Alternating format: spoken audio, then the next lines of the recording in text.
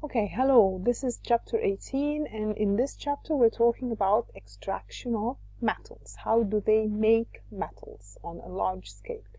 So when we make metals, metals are extracted from what we call their ores. The ore is the raw form of the metal obtained from the earth. So in order to get a metal, aluminium or sodium or zinc or iron, I need to get something from the earth, a raw form of the metal from the earth, and then I can work on it in order to get the metal. So that is what we call the ore. The ore is the raw form of the metal obtained from the earth. Now, which method of extraction should I use? I have two different methods of extraction. I can either use electrolysis or I can use reduction of the oxide using something like carbon or coke. Now, which method do I choose depends on the reactivity of the metal. You remember the reactivity series? Now, some metals which are at the top are very reactive. The metals at the bottom are less reactive. And we put a carbon and carbon monoxide in the middle. Can you see that? Now, anything above carbon or carbon monoxide has to be made by electrolysis. So the very reactive metals like sodium, aluminium, they have to be made by electrolysis. They cannot be made by reduction with carbon. So I cannot bring magnesium oxide and react it with carbon because carbon is less reactive. It will not displace the magnesium. I cannot say aluminium oxide plus carbon because carbon is less reactive, will not displace the aluminium. But the metals that are less reactive than carbon are extracted by reduction of their oxides by coke, which is carbon. Okay, so the method that we choose depends on which metal we're trying to extract. So let us talk about extraction of aluminium. You should know that the main ore of aluminium is something called bauxite. So this is what I'm going to make aluminium from. Bauxite is a substance that is obtained from raw form in the earth, and bauxite is actually hydrated aluminium oxide.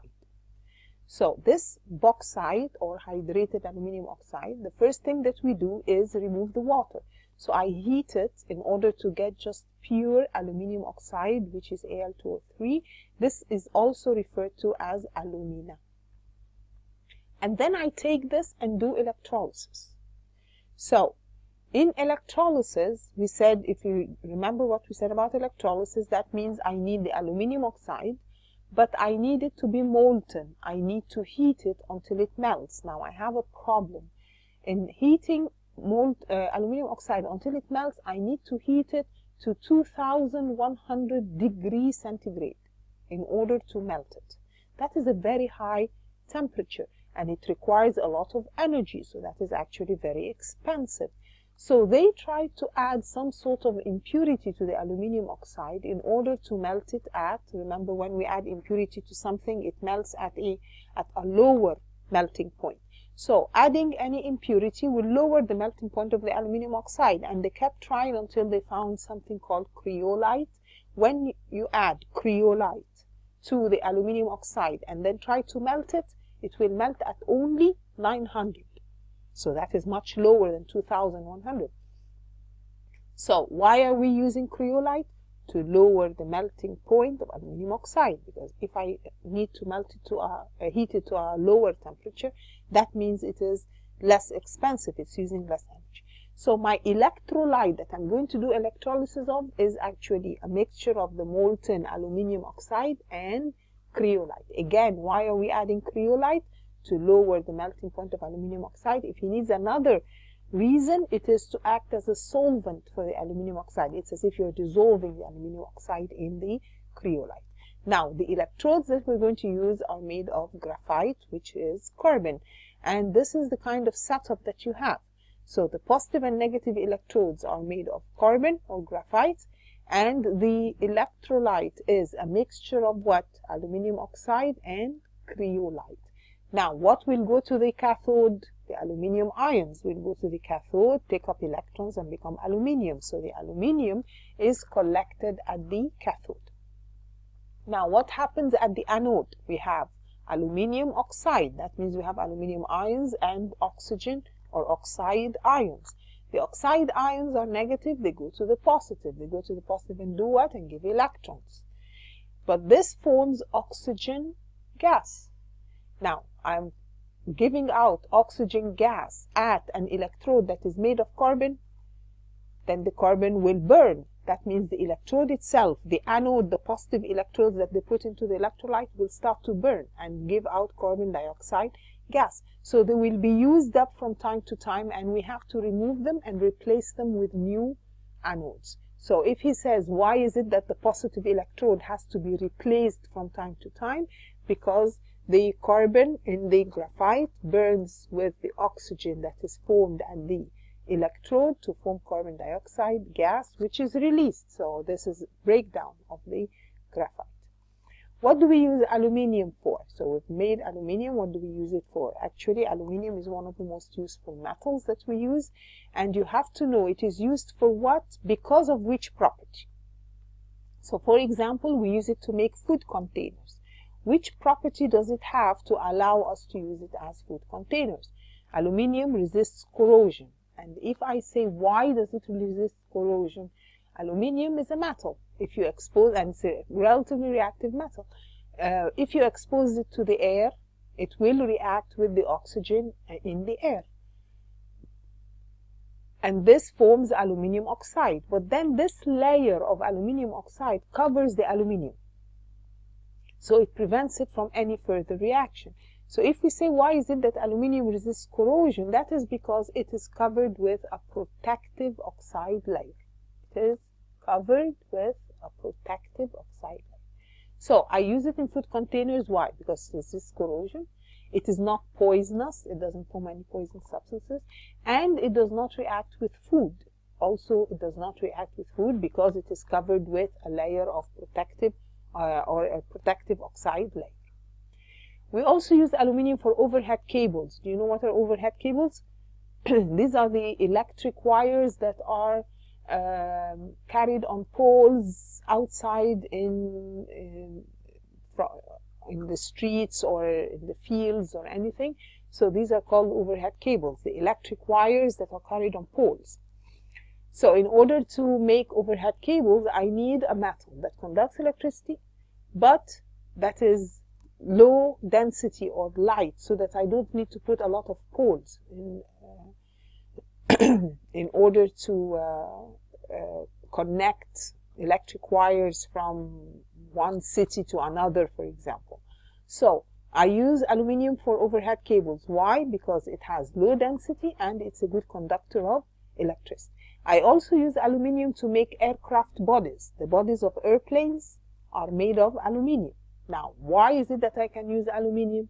Because to make airplanes, I need something that is not very heavy. So aluminium has low density. And I need something that is strong to withstand pressure. You know that when the airplane goes up in the atmosphere, there is a strong pressure on it. So it has to be, or high pressure on it. So it has to be strong in order to withstand pressure, and it has low density, or it is light. We also use aluminium for cooking utensils. Why do we use it for cooking utensils? Because it's a good conductor of heat, and it will not react with the food because it has a protective oxide layer. Okay, the other metal that we need to know the extraction of is iron. Now, remember that each metal, we said, is extracted from its ore. Do you remember what was the ore of aluminium? The ore of aluminium was called bauxite. Now, the ore of iron is called hematite. Can you see the word hematite there? Hematite is the ore of iron. So, now iron in the reactivity series is below carbon. So, it can be displaced by carbon. And that means I don't need to go through the expensive process of electrolysis. Aluminium, we have to extract it by electrolysis because it is more reactive than carbon and will not be displaced by it. But iron, I don't need to do electrolysis. So I can just put the iron oxide, hematite is iron oxide. So I can put the iron oxide with coke and it will be reduced. So what they do is they do this in a huge furnace. This is called a blast furnace. So this is actually a huge building a huge furnace called the blast furnace, and at the top of the furnace I put the things that need to react. Now, what do we put into the blast furnace? We put three things. We put coke, which is actually a form of carbon. We put limestone, and I will tell you that limestone is actually calcium carbonate, and hematite, which is the ore of iron, and it's actually iron 3 oxide. Okay, so let's see what happens in the blast furnace. You put at the top the coke, the limestone, the hematite, and from the bottom you pass hot air into the blast furnace. Can you see where the hot air is going into the blast furnace? At the bottom of the blast furnace there is hot air going in. So the hot air goes up, it meets with the coke and the limestone and the hematite, and you start to get reactions happening. Now, what are the reactions that happen in the blast furnace? The first reaction is the coke, which is carbon, reacts with oxygen from the air to form carbon dioxide. So basically the coke is burning inside the furnace to give carbon dioxide gas. Now, this reaction is very exothermic. Again, exothermic means it gives out heat, so it raises the temperature of the furnace, and this is good. I need the temperature of the furnace to be hot. So what is the use of this first equation is, or what is the importance of this first equation, is that it is very exothermic and helps to raise the temperature of the furnace. Or he could ask you which reaction helps to raise the temperature of the furnace? That first one, where the carbon burns in oxygen to give carbon dioxide. But then you have a lot of coke around. So when this carbon dioxide is formed, it's actually reduced again by the coke, which is carbon, to give carbon monoxide. So what actually reacts with the hematite, and we said the hematite is iron 3 oxide, so the hematite is the Fe2O3. The Fe2O3 will actually react with the carbon monoxide to form iron and carbon dioxide. So the carbon monoxide is the reducing agent.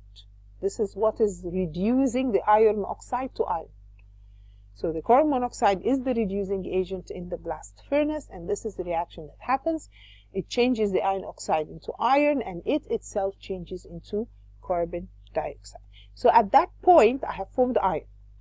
Now the iron goes down to the bottom of the furnace. All of this is very hot, so what I have is actually molten iron. Can you see the molten iron at the bottom, very bottom of the furnace? That is the iron I have just collected. But then I had put something else that I haven't mentioned. Remember that we put at the bottom of, at the top of the blast furnace, what did we put? We put coke, limestone, and hematite. I have used the coke because that's the carbon. I have used the hematite, and that's the iron 3 oxide, but I haven't used the limestone. Why did I add the limestone? I add the limestone to remove the impurities that are present in my ore. Now, remember that my ore is something that I got out of the earth. So the main impurities would be sand. When you go and dig up something from the earth, it comes out with a lot of sand in it, or a lot of soil, and so on. The sand in chemistry is what we call silicon dioxide. So I put the limestone, and we said limestone is calcium carbonate. You are putting it into the furnace, which is very, very hot. The calcium carbonate breaks up to form calcium oxide plus carbon dioxide. Of course, the carbon dioxide gas, if you remember the furnace, let's go back to the furnace. Can you see the opening at the top that says waste gas? So any gas that is not required in the blast furnace will go out from that top opening. So carbon dioxide can either be used again or it will just go out. And I have now lime, which is calcium oxide. Now it is the calcium oxide that reacts with the sand, or what we call silicon dioxide. When these two react, they form something called calcium silicate. Now my first question is, why do you think these two react? Calcium oxide is a base. What do you think is silicon dioxide? If it reacts with the calcium oxide, the silicon dioxide, if you remember, is an oxide of a non-metal, so that is an acid. So the calcium oxide, which is basic, reacts with the silicon dioxide, which is acidic, to give a salt. There is no water because we don't have any hydrogen in our reaction anyway. So the calcium silicate is what is formed, and we call the calcium silicate slag. Do we understand this? So why did we put limestone? To remove impurities. What happened to the limestone? The limestone, which is calcium carbonate, breaks up to form lime, which is calcium oxide, and it is the calcium oxide that reacts with the main impurity, which is sand, silicon dioxide, to form calcium silicate. Now, the calcium silicate is called slag. Let me go back to the diagram. Can you see where molten slag is? The slag floats on top of iron because the iron is heavier. So the iron that was formed from the blast furnace, from the reduction of the hematite, goes down at the bottom. So that's molten iron. And then the slag that is formed from the reaction of the limestone with the sand floats on top of this. Now, the slag has two functions. Actually, in the blast furnace, it floats on top of the iron. Now, when it floats on top of the iron, that prevents the iron from reacting again with the oxygen in the air at the top of in the blast furnace and becoming reoxidized. I don't want my iron that I formed to return back to iron oxide. So the function of the slag in the blast furnace is that it floats on top of the iron to prevent its reoxidation.